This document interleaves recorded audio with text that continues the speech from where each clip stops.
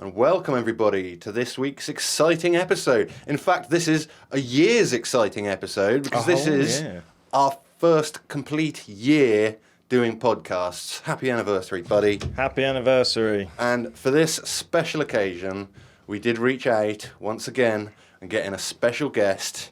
You've seen him before, the one, the only, Truman Roswell. Hey. How you doing? Hello. How you doing, Truman? You good? Truman Roswell. I'm good. Happy Halloween. Thank you very much, my friend. Happy Halloween to you too, buddy. And So this Halloween was set up by Big Sugar, man. It's all a conspiracy. Oh, is that right? There's a major conspiracy theory about that. Damn it, we missed a trick. We could have got him to do an entire podcast on the conspiracy theory of Halloween. Yeah, we'll look into it. Next year. Yeah, next year we'll look into it. We'll look into that. But no, there is a reason why we had you back this week, for this episode, Truman, is because we realised that we haven't given you your belt yet. Yeah, I expect you're probably wondering where that is, are you? I am. Yeah. I am. I'm wondering where that is. I won that fair and square. Did you though? You see, I have it right here. Oh, Look how shiny it is. Wow. what a Isn't that a beauty. nice belt? Real gold. It's lovely and gold. Josh, touch it, feel it. Cool, you can feel Heavy, isn't it? You can feel the power, the energy. I think this will actually give you superhuman powers when you obviously display this and wear it with pride. But first, I can also feel the energy coming through my screen. But I don't like the way Pirate, that you said that. wow. You insinuated that I didn't win that fairly and Didn't squarely. win it fair and square because when editing it, I realised that there was a caveat in the competition that it was about alien abductions, and as I pointed out, yours wasn't an abduction. What do you mean? It was an encounter, not an abduction. So, to set the slate square, we're going to have a rematch, and because it's Halloween, we're going to do spooky stories, hauntings. I know it's not your area of expertise, your conspiracy theory, but in the spirit of Halloween, how do you feel about that? I feel good about that. I feel like I can defend my title that I won fairly and squarely. Okay, well, I'll tell you what. I'll put the belt out of sight so it doesn't tease you for the entire episode. And, okay. Who wants to go first this time? You know what? I'll go first. You going to go first? Yeah. Okay. I think I'm going to give Truman a run for his money. I think we're all going to be trying to give Truman a run for his money this time, I think. So I'm going to kick things off with the Gettysburg hauntings. Yeah? I don't know if you know much about Gettysburg. It's the American Civil War. So I'm going to take you back. Dive into it, Josh. So I'm going to take you right back to 1863, and Gettysburg in Pennsylvania in the United States is known throughout the world as one of the largest, most expensive and deadliest battles of the American Civil War. With over 50,000 estimated casualties, the famous Battle of Gettysburg is widely believed to mark the turning point of the war. So the Battle of Gettysburg was over 130 years ago, and it lasted 3 days from July 1st to July 3rd. Okay. It was quite the battle. I would imagine it was, yeah. And they say that, just like Jay-Z says, if you can make it here, you can make it anywhere, talking about New York, they say that if you're going to see a ghost, you're going to see it in Gettysburg. Oh, very haunted. So there's been numerous reports of ghosts, phantom horsemen, 18th century faces, shadows, and soldiers, even with photos and videos that have been recovered by tourists showing these mysterious souls.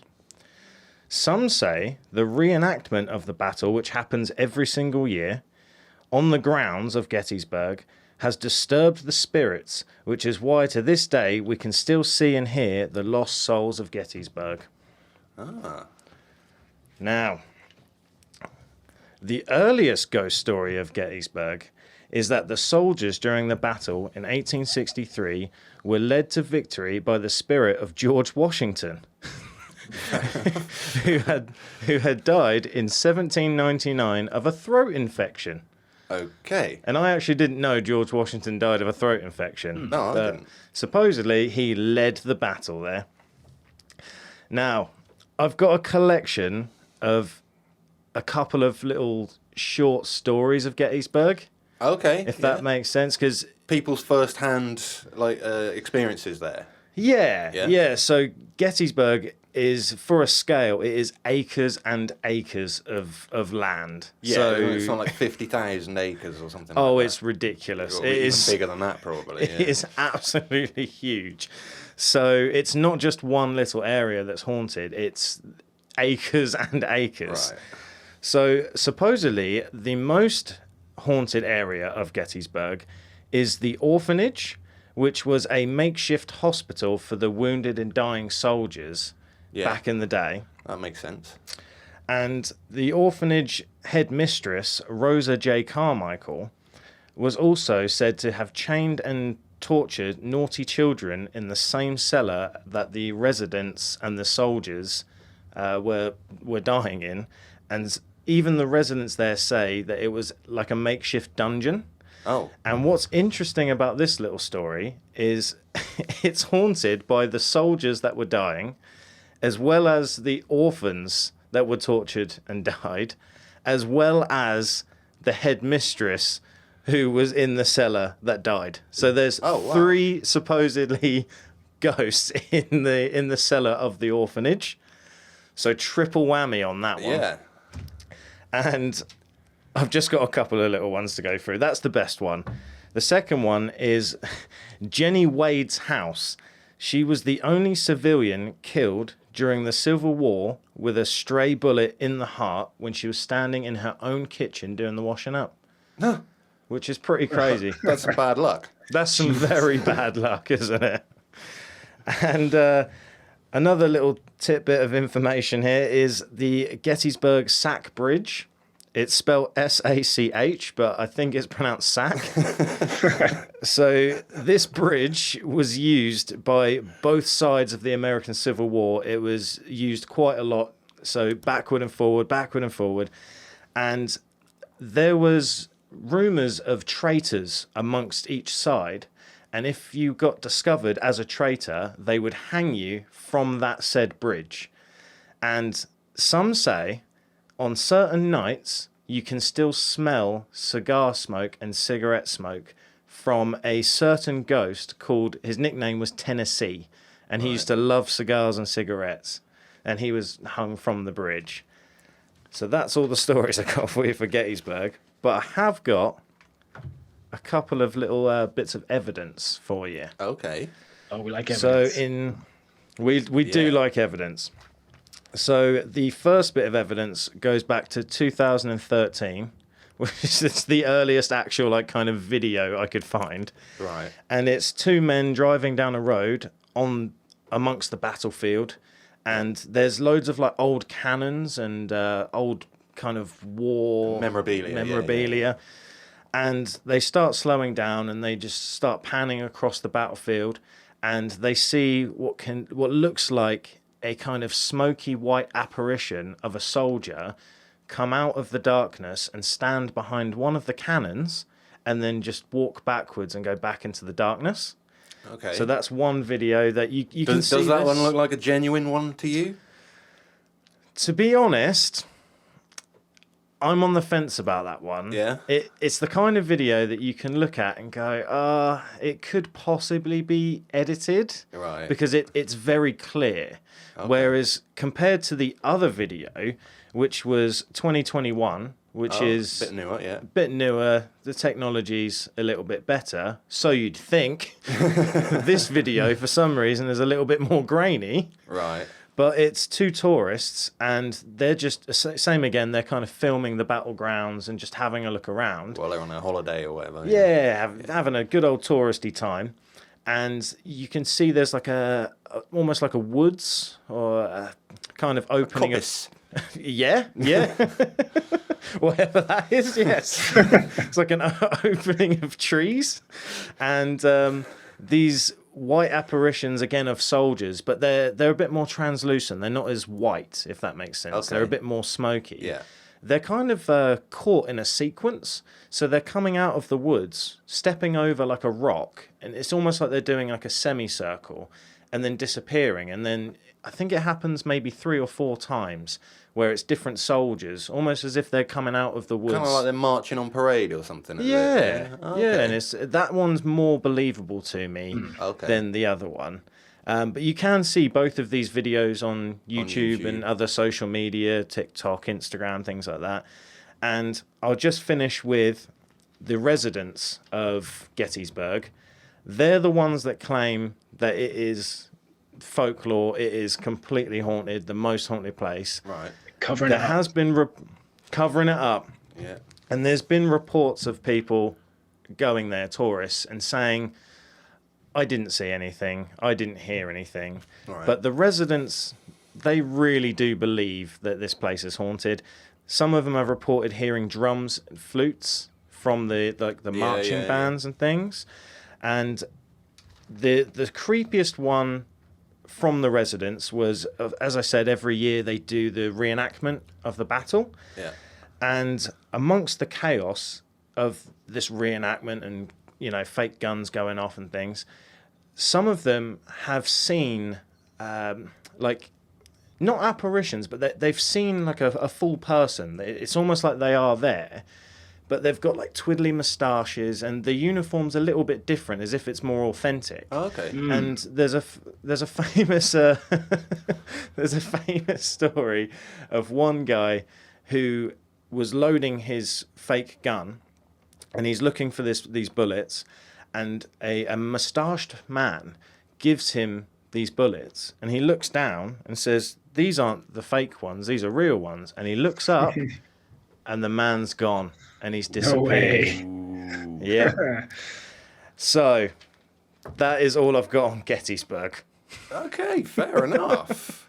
Fair enough. I mean, there is some quite compelling stories there, and some accounts, I think. Yeah. Yeah, I definitely like the 2021 one with the ghost marching The parade. marching. Yeah. And you can see these videos on YouTube. I will probably find a clip and pop it on the video version of the podcast. Yeah. Definitely. I'm going to go watching those. I feel like we're not going to be able to beat you on sheer mass of ghosts. No, I think quantity, Josh has definitely got this one. Yeah, but That's definitely going to factor into the score. it is, but the only thing I've let myself down on is there's nothing really that spooky. It's not really that scary.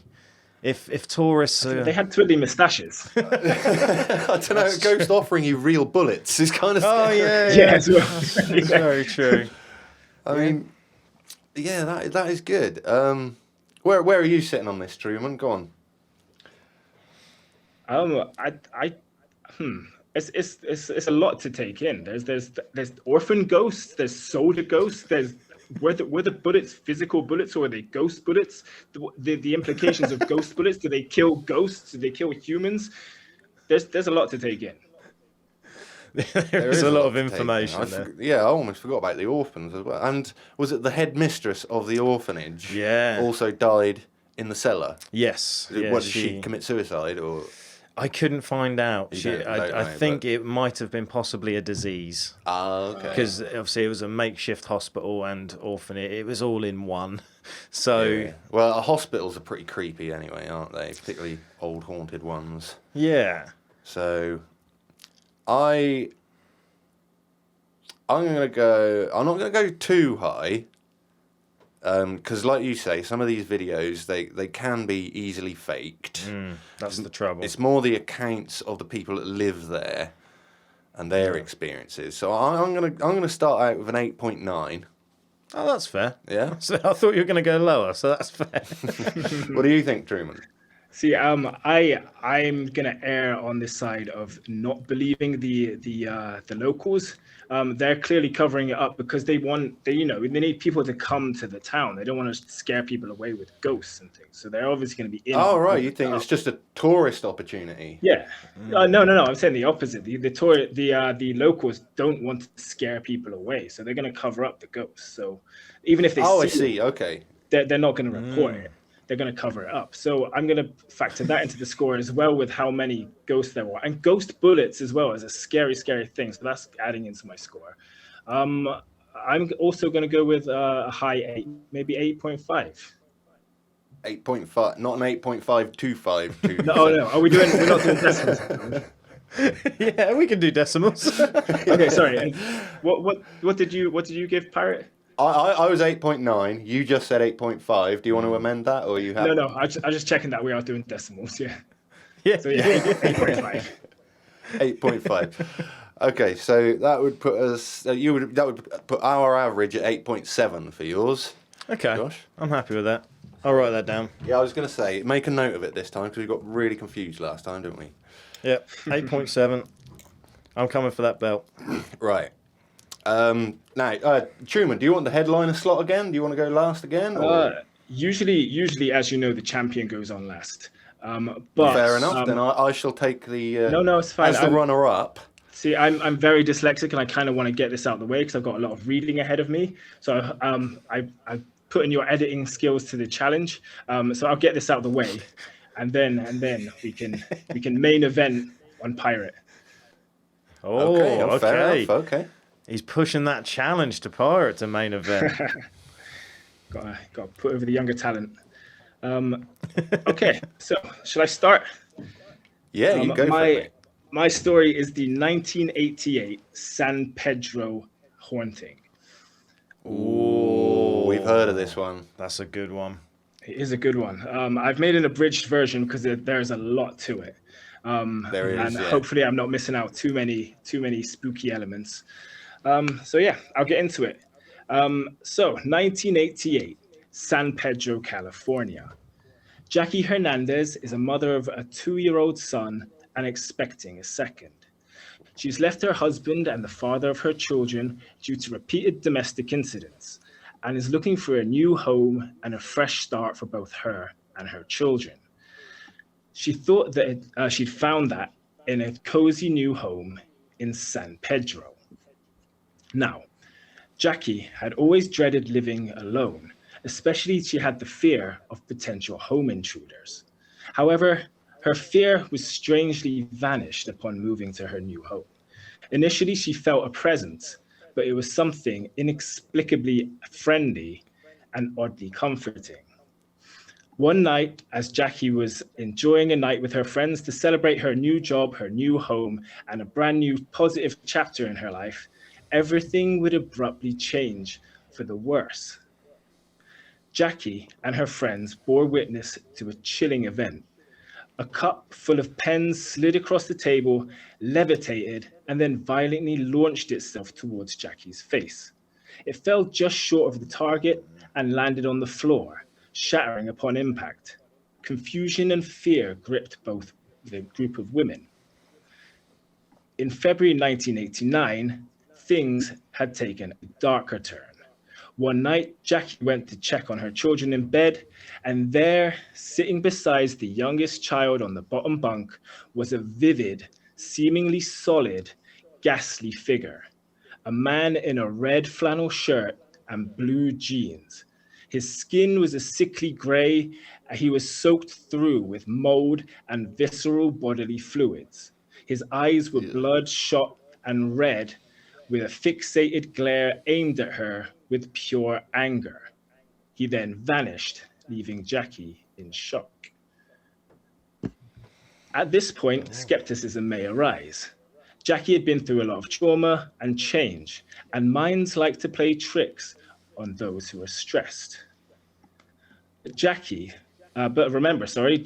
friends also were witnesses to the haunting, and soon her neighbors and anybody who visited the house would be too. Darlene, Jackie's babysitter, quit immediately after she heard an eerie voice warning her, "Don't come back here." Susan Castanella, Jackie's neighbor, initially doubted Jackie's claims. However, the manifestation soon proved real. Susan began experiencing her phenomena in her own home. First knocks and bumps, and then objects moving and being thrown during a night. One night there was a thunderstorm. Susan was woken up by the foul smell of ammonia and rotting flesh. As she opened her eyes and gained consciousness, she also witnessed the very same malevolent figure looming over her in bed. The one with the red flannel shirt, blue jeans, and peering at her angrily with red, bloodshot eyes. About this time, mysterious yellow liquid began dripping from Jackie's walls, matching the odor and decay of the apparition. Jackie cleaned up the mess, but tried not to dwell on it she didn't want to give the spirit the satisfaction. Then one night, while Jackie was standing on a chair hanging a painting, she noticed something in her peripheral vision. When she turned around to see what it was, she was met with a disembodied, floating head midair on the other side of the hallway. It began to move towards her slowly at first, but then hurtled towards her suddenly, nearly hitting her and causing her to fall. This was the first time Jackie understood that this entity could cause her serious injury or worse. Jackie's friends convinced her to call a paranormal investigation team that they'd seen on TV. The team consisted of a famous psychologist, Barry Taft, an award-winning cameraman, Gary Conrad, and a photography expert, Jeff Wheatcraft, a skeptic who specialized in debunking photographic evidence. He would act as a control in the study in order to keep things scientific and subjective. Upon entering the house, the team felt an immense pressure and commented that they had a feeling of being completely submerged underwater. They also commented on the foul stench that Jackie and Susan had experienced, which now lingered permanently in every room. Jeff, the skeptical photographer, of all people, was the first to experience a direct encounter, when his camera was violently yanked from his hand in the attic. Barry Conrad, the videographer, had his camera repeatedly shut off every time he tried to enter the attic, and was pushed by an unseen force. The paranormal team gathered their data and planned to return weeks later. On August 28, 1989, they returned and documented the aforementioned strange yellow liquid that was seeping through the walls. They sent samples of the liquid to a forensics lab to be analyzed. When the results finally came back, they were conclusive. Human blood plasma of an adult male. That very night, Wow. I know, it's nuts, isn't it? The very next night, Jackie was home alone. Things escalated to a terrifying level. The entity threw knives and heavy objects at her, levitated her kids' toys, and was even able to rip and destroy them before her very eyes. Jackie left a frantic voicemail to Barry, recording the chaos ensuing in the background, before her voice was abruptly cut off mid-scream. The crew rushed back to the house, and that very night, only to be left with a calm aftermath and hearing whispers and banging from the attic. Jeff and Barry ventured back into the attic again. They readied their equipment, and as they readied their equipment, Jeff was lifted off his feet by the neck towards his support beam. Barry managed to snap a few photos before helping Barry down. He had been throttled and lifted off the floor by some kind of a cable. It was tied so tightly and elegantly that it would even make a sailor jealous. The documented knot and cable was documented with a photo. All of these photos and evidence are widely available, and you can find them with a quick Google search even today. October 1989. Jackie, wanting to get as far away from the horror of San Pedro house as she possibly could, moved 300 miles away to a small trailer house in Weldon, California. But the story didn't end there. One night, she heard a knock outside. A familiar fear washed over her. She was reminded of her old home in San Pedro. She went to the front door to investigate, telling herself that it must be animals. However, while looking out the front door, she was alerted back to her living room by the distinct smell of burning. She turned around to see that the cushion on the sofa next to her daughter was smoldering. She quickly put out the fire, but upon inspection noticed that the burn marks resembled the posterior imprint of a seated man. She extinguished the flames and documented the scorch marks with a photograph and got back in touch with Mr. Taft and the team. The investigators organized a visit to Jackie's new home to attempt to communicate with the entity. They chose the date of Friday the 13th, which that year was a full moon. Of course. Right. I don't know if you want to factor that into your believability score. Yeah. It will be, yeah. we can check if it actually was in 1989. Friday the 13th was a full moon. We can check. The crew this time brought a Ouija board. At first, nothing happened, and they sat in silence, only documenting a sudden icy chill and a few flickers of candles as if someone or something had ran past them. But soon the table began to shake, and the planchette on the Ouija board began to move so quickly that they struggled to keep up with writing down the entity's otherworldly messages. By putting the words together, they were able to unravel the biography of a man who had been murdered and held underwater in 1930 in San Francisco Bay. They asked the spirit why it singled out Jeff in both attacks and why it strangled him. The spirit replied, "You have the likeness of my killer." Immediately after that, Jeff was picked up and thrown against the wall. He was knocked unconscious and sustained injuries in his back that would plague him for the rest of his life. The crew went on to research any documented murders in San Francisco Bay in 1930, only to find a story of a body that had washed upon the shore that year. The police believed that this had been the victim of foul play, but lack of evidence meant that the death was ultimately ruled as accidental. The body was said to have been heavily decayed and waterlogged, and wearing a red flannel shirt and blue jeans. He was identified as Herman Hendrickson, a sailor of a lumber ship who had a reputation with his fellow seamen of being quick to rage, quick to violence, and had a keen ability to tie sailors' knots. Once again, the story doesn't end there, but we are almost there, don't worry. In June 1990, Jackie was able to move again. Was able to move house again, not physically move. This time back to San Pedro, but in a small block apartment on the other side of town. She had the house blessed by a local priest before setting foot in the house, just in case the apparition had followed her again. But the phenomena and the paranormal investigation would continue. This new apartment had gas central heating, which would often and inexplicably be turned on. Knives would fly from their place, windows would be broken, and furniture would be knocked upside down. The investigation team left an empty piece of paper and a pen by the stove in hopes of communicating with the spirit, though within 5 minutes the stove had been turned on and the paper had been placed in the fire.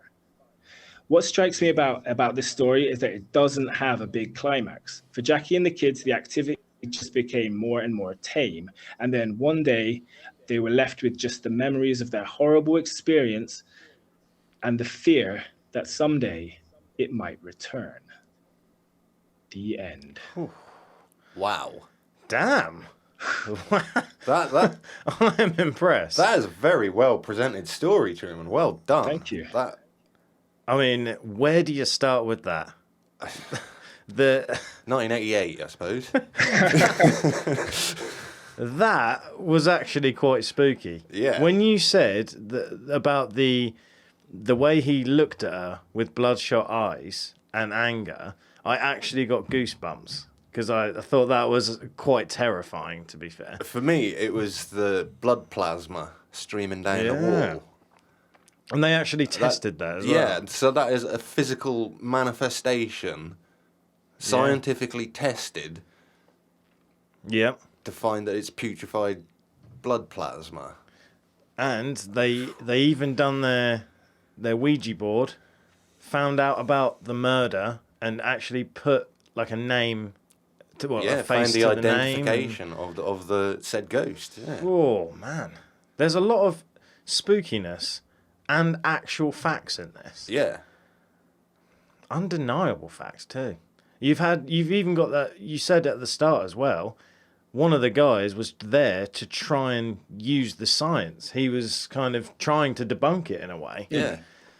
Oh, mate. They had a skeptic. You know I do have some inconsistencies in there that I noticed when I was doing my research, but I'll leave that until after your scores.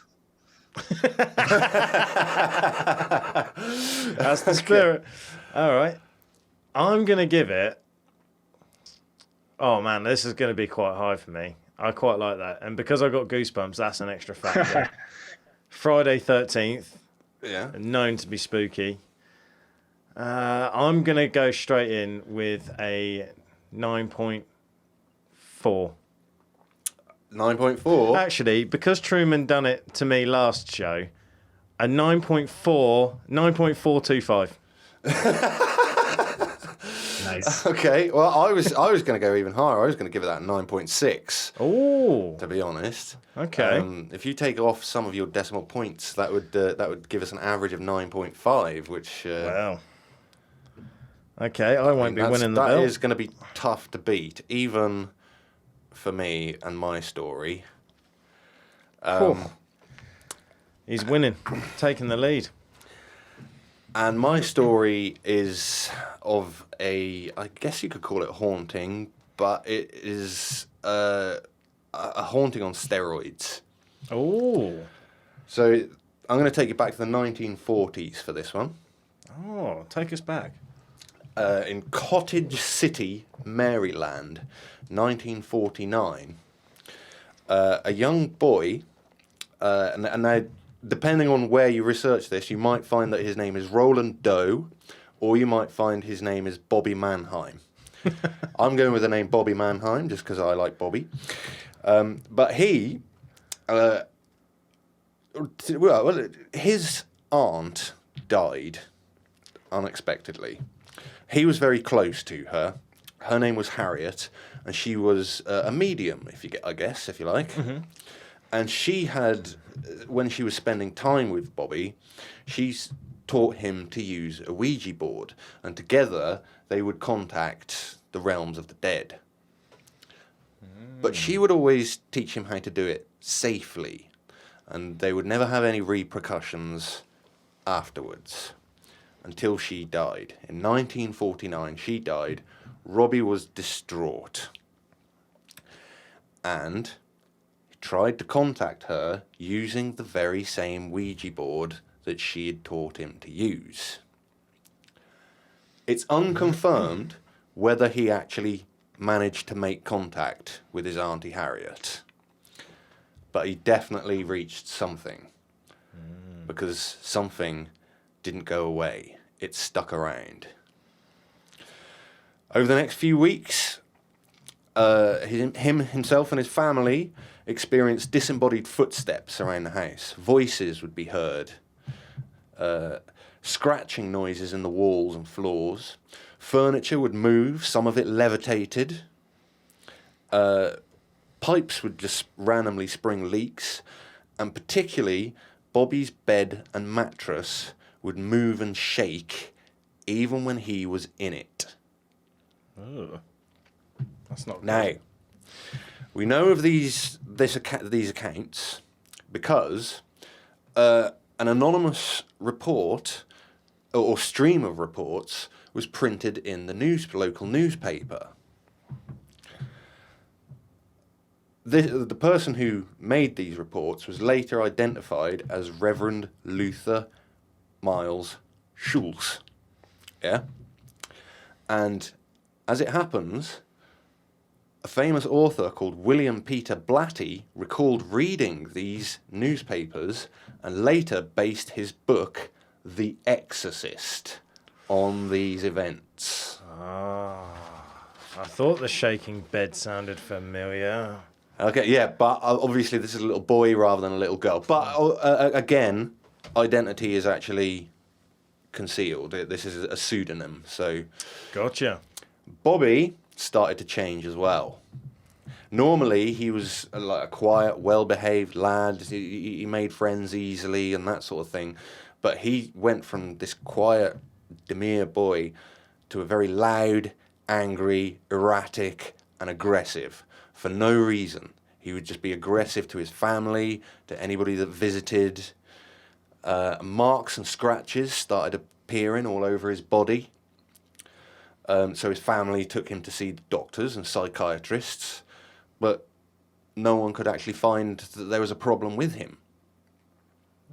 So, Reverend Schulz offered to stay with and observe Robbie overnight. And he experienced a lot of poltergeist activity, objects being thrown around the bedroom. He witnessed the bed shaking and rattling. And he suggested that they prepare for an exorcism. Oh, no. Well, we already knew this was going that way, didn't we? So he called in Father Edward Hughes, who studied Robbie and declared that, yes, he was definitely possessed. And he moved him to Georgetown University Hospital, where for 3 nights he practiced exorcism on Robbie.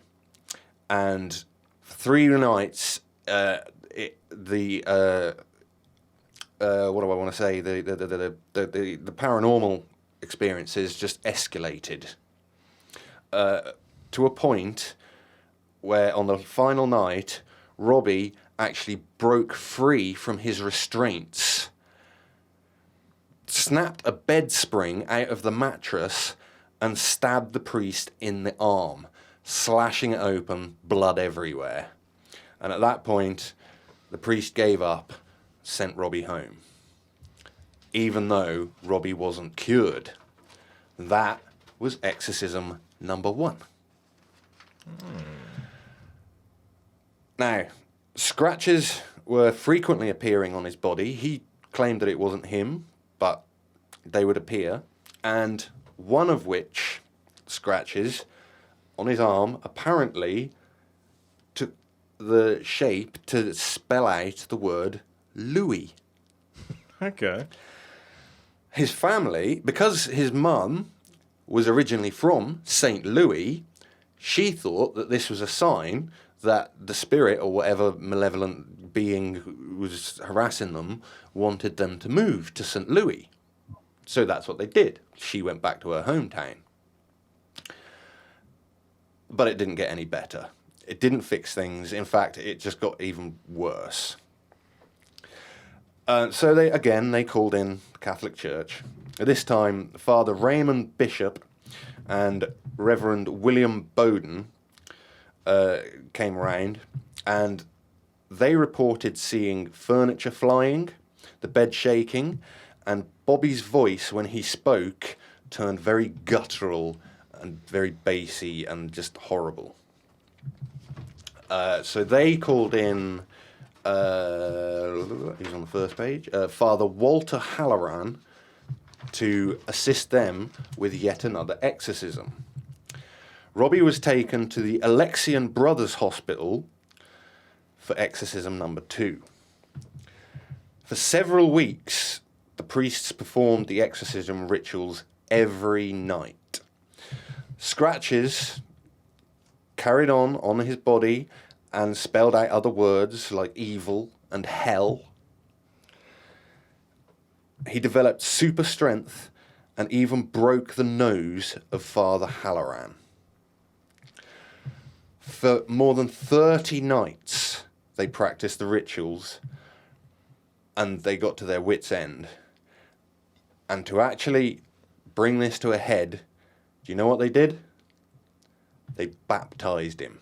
Oh, I thought you were going to say they killed him. No. Well, a lot of exorcisms do end with the people dying just from sheer torture. But no, they baptized him. And it actually seemed to work. As soon as they performed the baptism, Bobby started acting as though he was Archangel Michael. And he commanded Satan to leave this boy at once. He said, "I am now Michael. Satan, leave this boy at once." And then apparently, Bobby pretty much returned to normal, and he lived a long and happy life. And I think he might even still be alive today. Wow. So he actually, as the boy, said, "I am now Michael." Yeah. So it kind of been unpossessed by the devil and possessed by the Archangel of Michael, if you know what I mean. Trading one evil for another, I guess, or one evil for good, I suppose. The old good battle of heaven and hell, isn't it? Yeah. Sure. But that is my tale. So what do you guys reckon? Now, actually, as Truman didn't point out his discrepancies, but I will say that all of this story, throughout everybody involved, there are only 2 of the priests that have gone on record to say that they believe Bobby was 100% possessed. Okay. No one else will actually officially go on record stating that. And we only know of these accounts because of Father Halloran's journal that he kept for the month that he was exercising Bobby, and Schulz's newspaper clippings. Yeah. Okay. Wow, what a story. Now, I'm just going to start off by saying I was petrified of the Exorcist movie when I was younger. Were you? Yeah. So I'm going to give it a little bit of a high score just because it gives me... Because the power of Christ compels you. Yeah, it gives me PTSD of remembering. Man, I actually didn't know the proper story of The Exorcist kind of thing. No? I just thought it was a made-up film. Oh, it looks like Truman's video's frozen. Oh, but we can still hear God. you, Truman. Oh, okay. Yeah. Yeah, we can still hear you. Oh, he's back. He's back. My hair. It's a conspiracy. They're trying to censor me, man. I reckon I'm going to give it... I'm going to give it a straight 9, man. Straight 9? Yeah. Oh, I'm still a little bit short there. Well, it was a little bit spooky and everything. But, yeah, I think you've done a great job there. It was both. I'm glad I went first because both of your stories was much spookier than my little soldier ghosts that hand out little ghost bullets. You guys absolutely nailed it. But Truman's details with the bloodshot and everything just takes that slight edge for me. So unfortunately, I'm going to have to give you a 9, which is still a good score. That's fair enough. To be honest, in my opinion, no, I'll let Truman give me his score first. See, I think both the delivery and the story itself were both really good and really spooky. There's a lot of good details in there. Well, I am at this point a professional podcaster, so thank you very much.